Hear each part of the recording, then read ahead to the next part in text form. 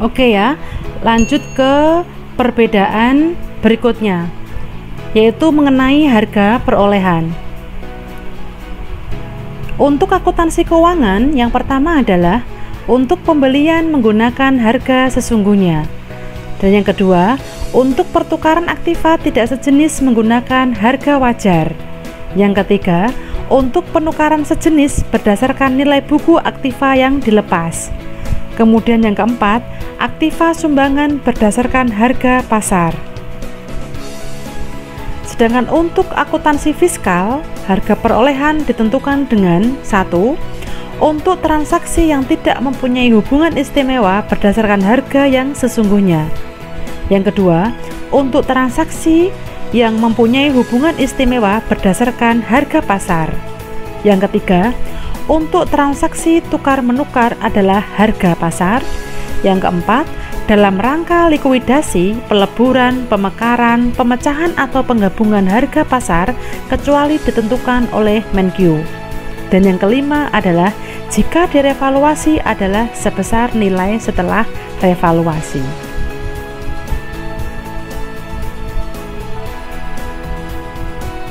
Kemudian untuk metode penyusutan untuk akuntansi keuangan ya, yang sudah Putih jelaskan tadi, ada garis lurus, ada jumlah angka tahun, ada saldo menurun, ada metode jam jasa, ada unit produksi, ada anuitas, ada sistem persediaan.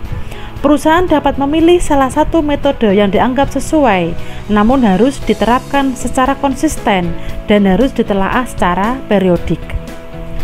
Sedangkan metode penyusutan untuk akuntansi fiskal, yang pertama adalah untuk aktiva tetap bangunan adalah garis lurus. Sedangkan untuk aktiva tetap bukan bangunan, wajib pajak dapat memilih garis lurus atau saldo menurun ganda asal diterapkan secara taat asas.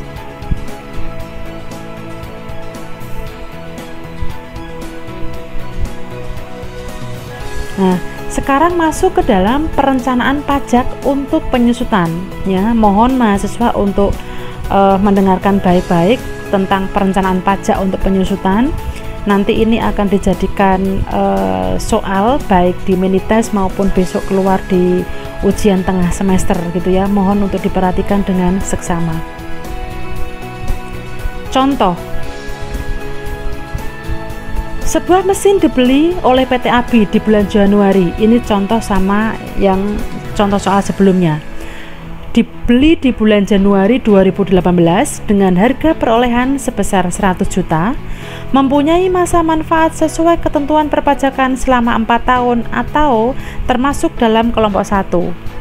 Berapa penyusutan per tahunnya dari tahun 2018 sampai selesai masa manfaat dengan menggunakan garis lurus dan saldo menurun.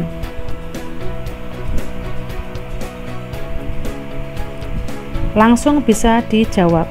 Nah, nanti ada beberapa tahapan di dalam perencanaan pajak ini gitu ya. Yang pertama nanti menggunakan metode garis lurus dan saldo menurun berganda. Jadi nanti kita komparasi di sana apakah perusahaan itu menggunakan garis lurus atau menurun berganda gitu ya. Kemudian B, penyusutan dan present value dengan diskon faktor ya 20% gitu ya. Karena memang biasanya untuk bangunan itu adalah atau untuk aktiva itu rata-rata adalah 20%, tetapi bisa disesuaikan dengan kondisi pasar yang sebenarnya, yang aktualnya. Itu nanti penentuan ini bisa dikondisikan sesuai dengan kebijakan pada perusahaan gitu ya. Jadi tidak harus 20%, tetapi pada umumnya untuk aset adalah diskon faktornya adalah 20%. Kemudian untuk metode garis lurus dan saldo menurun berganda dengan menggunakan diskon faktor 20% ya. Jadi nanti ada 3 tahapan ini yang nantinya akan kita pakai ya, akan kita pakai di dalam melakukan perencanaan pajak untuk penyusutan. Oke, kita masuk ke dalam tahapan yang pertama. Metode garis lurus dan saldo menurun berganda ya. Tadi kita ada jenis aktivanya apa tadi, mesin, harga perolehannya 100 juta dan umur manfaatnya adalah 4 tahun. Nah ini kita langsung membuat tabel penyusutan. kita membandingkan antara garis lurus dengan saldo menurun. Untuk tahun pertama ya, garis lurus adalah 25 juta, saldo menurun adalah 50 juta. Perhitungannya ini sama dengan yang di awal tadi. Kok bisa ketemu 25 juta, kok bisa ketemu 50 juta, itu caranya sama di yang sudah Butio jelaskan di awal tadi, gitu ya. Kemudian di tahun kedua itu adalah untuk garis lurus adalah 25 juta, sedangkan saldo menurun adalah 25 juta. Kemudian tahun ketiga untuk garis lurus adalah 25 juta, sedangkan saldo menurun adalah 12,5 juta. Sedangkan di tahun keempat ya, itu adalah garis lurus itu 25 juta, sedangkan saldo menurun itu adalah 12,5 juta. Jadi kalau diakumulasikan penyusutannya adalah sama-sama 100 juta. Di sini ada yang berbeda. Yang berbeda adalah di masing-masing tahun itu adalah biaya penyusutannya berbeda-beda. Ya, hal ini nanti akan berdampak terhadap cash flow ya. Nah, ketika perusahaan ingin menentukan perusahaan itu menggunakan garis lurus ataupun menggunakan saldo menurun, itu harus direncanakan terlebih dahulu. Ya, harus direncanakan terlebih dahulu. Ya, ini yang pertama adalah harus dibuat tabel penyusutannya dulu, gitu ya. Nah, jadi untuk penjelasan dari tabel di atas itu adalah meskipun biaya penyusutan tiap tahunnya itu berbeda-beda, tetapi pada akhir masa manfaat jumlah akumulasi penyusutannya adalah sama-sama 100 juta. Sehingga dalam perpajakan perbedaan ini dikenal dengan istilah beda waktu atau beda sementara. Walaupun berdasarkan nilai nominal pada akhir masa manfaat besarnya akumulasi biaya penyusutannya itu sama, namun kalau ditinjau dari nilai tunai jumlahnya nanti akan berbeda ya. Nilai tunainya itu seperti apa Bu Tio? Oke, kita langsung masuk ke tabel 2 ya. Tabel 2 ini mengenai biaya penyusutan dan present value ya, dengan diskon faktor 20% ya. Nah, ini adalah tabel penyusutannya ya. Di situ ada diskon faktor. Apa sebenarnya diskon faktor itu? Diskon faktor adalah nilai pengurang dalam masa sekarang dari manfaat dan biaya yang akan terjadi pada periode masa yang akan datang. Ya, diskon faktor ini adalah nilai pengurang ya dalam masa sekarang dari manfaat dan biaya yang akan terjadi pada periode masa yang akan datang. Nah, di sini ya, di sini ada tambahan di sini. Kalau tabel 1 tadi adalah menunjukkan biaya penyusutannya saja gitu ya, atau nominal percent value di sini kalau ditunjukkan. Tetapi kalau di tabel 2 ini itu ada yang namanya penambahan atas diskon faktornya ya.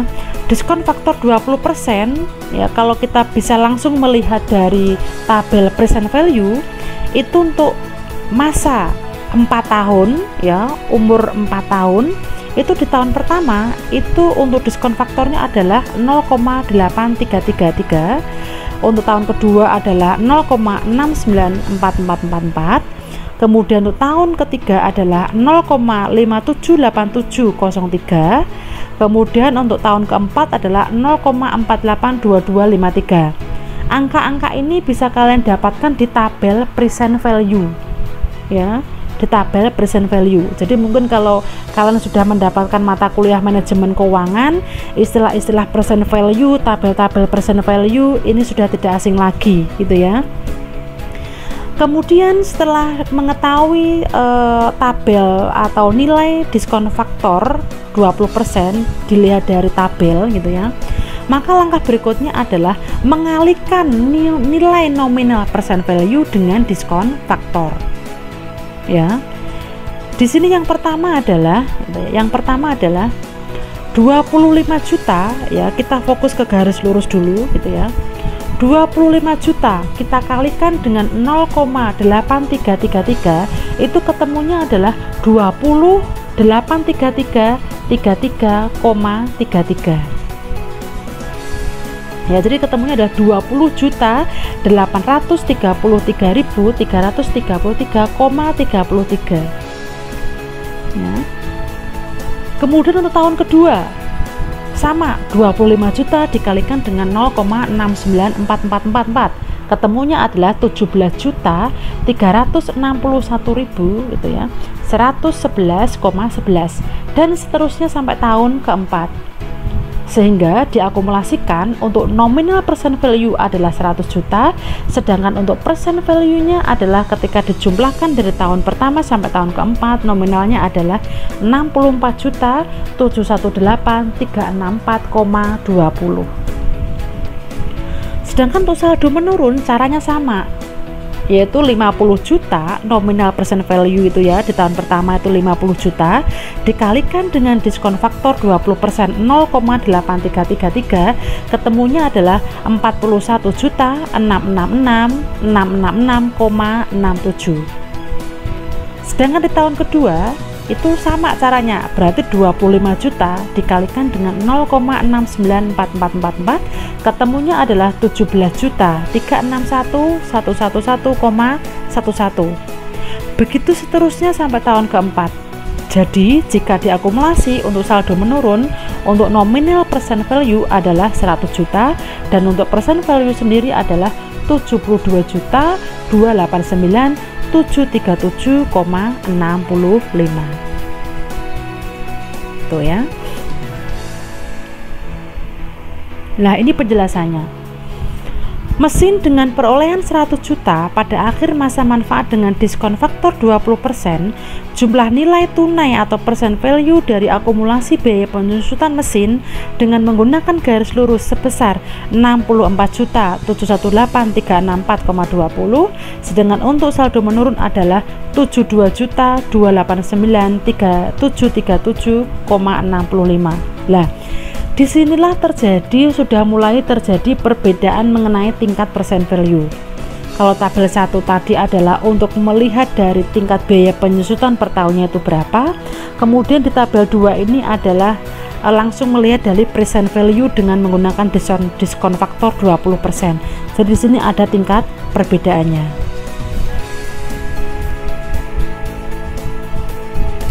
Oke, kita lanjutkan lagi di tabel 3 ya.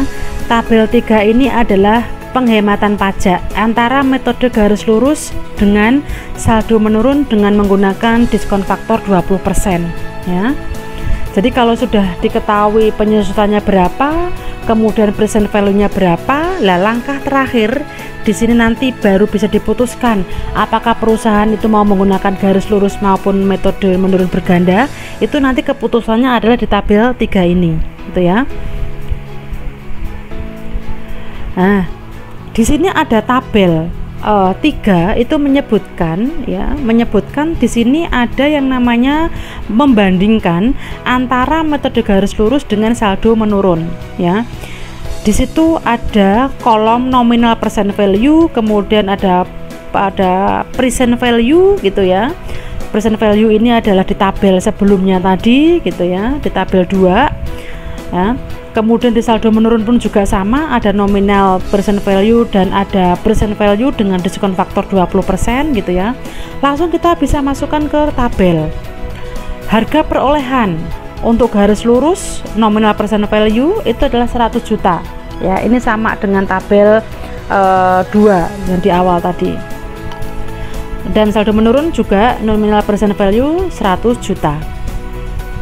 Kemudian untuk present value ya, present value dengan diskon faktor 20% gitu, dengan menggunakan diskon faktor 20%, itu harga perolehannya itu adalah sama-sama 100 juta.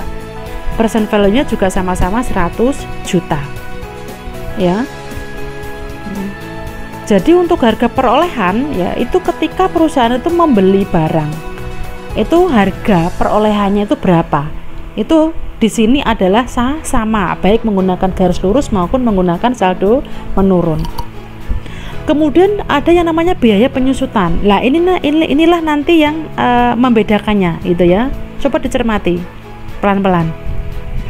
Biaya penyusutan untuk garis lurus itu untuk nominal present value itu adalah 100 juta. Ya, 100 juta. Kemudian untuk ya, persen value dengan diskon faktor 20%, kita lihat di tabel 2 tadi bahwa biaya penyusutan untuk present value itu adalah 64.718.364.20. Sedangkan untuk saldo menurun adalah 72.289.737.65. Ya. Kemudian di sini ada yang namanya pengenaan PPh 30%. Ya, PPh tertinggi ya. Kita menggunakan PPh tertinggi. Ya. PPh tarif tertinggi adalah 30%. Kita kalikan saja, berarti 100 juta kita kalikan dengan 30%.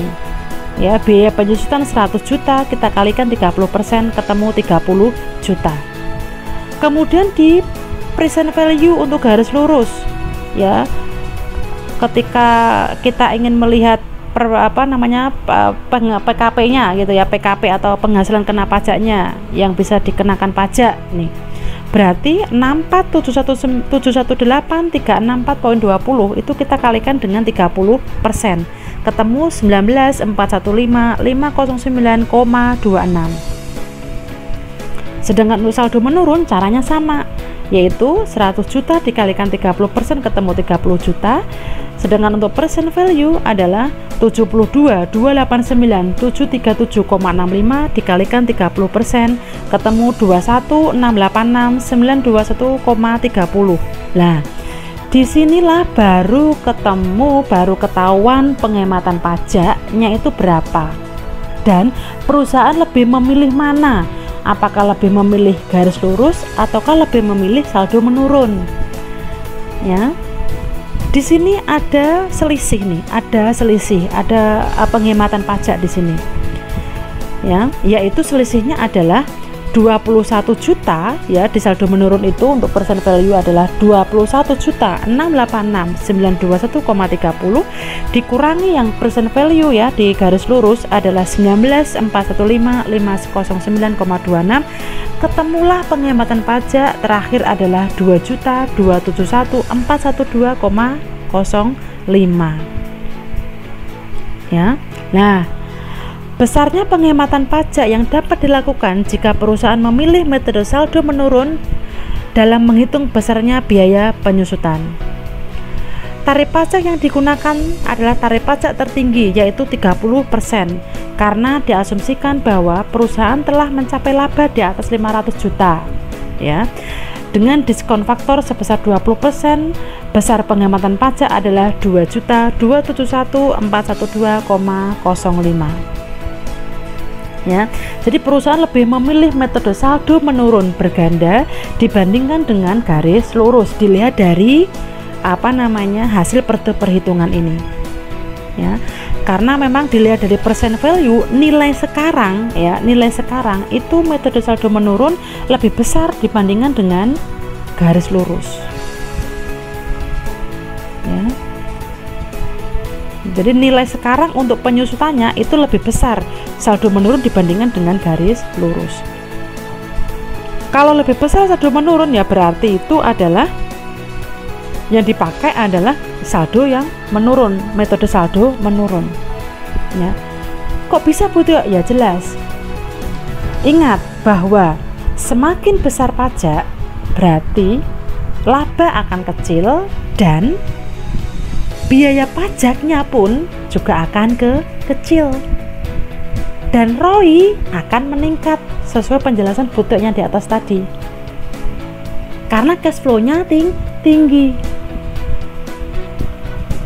Saya ulangi lagi, jadi kalau biaya penyusutannya itu tinggi, maka hal ini berdampak terhadap laba akan kecil. Kalau laba kecil berarti biaya pajaknya juga akan kecil. Kalau biaya pajak kecil didasarkan atau yang dipengaruhi oleh biaya penyusutan tadi, maka cash flow-nya akan meningkat. Kalau cash flow-nya meningkat berarti return on investment-nya juga akan tinggi. Ya, jadi itulah korelasi kenapa biaya penyusutan itu mempengaruhi return on investment atau ROI, atau biaya penyusutan itu mempengaruhi laba. Ya, jadi keterkaitannya ini adalah seperti itu ya. Jadi cukup jelas penjelasan dari Bu Tio. Oke, kalau ada pertanyaan maupun masukan, silakan bisa masukkan di kolom komentar ataupun bisa dimasukkan ke email ataupun lewat Google Classroom yang sudah kita sepakati bersama. Begitu, assalamualaikum warahmatullahi wabarakatuh.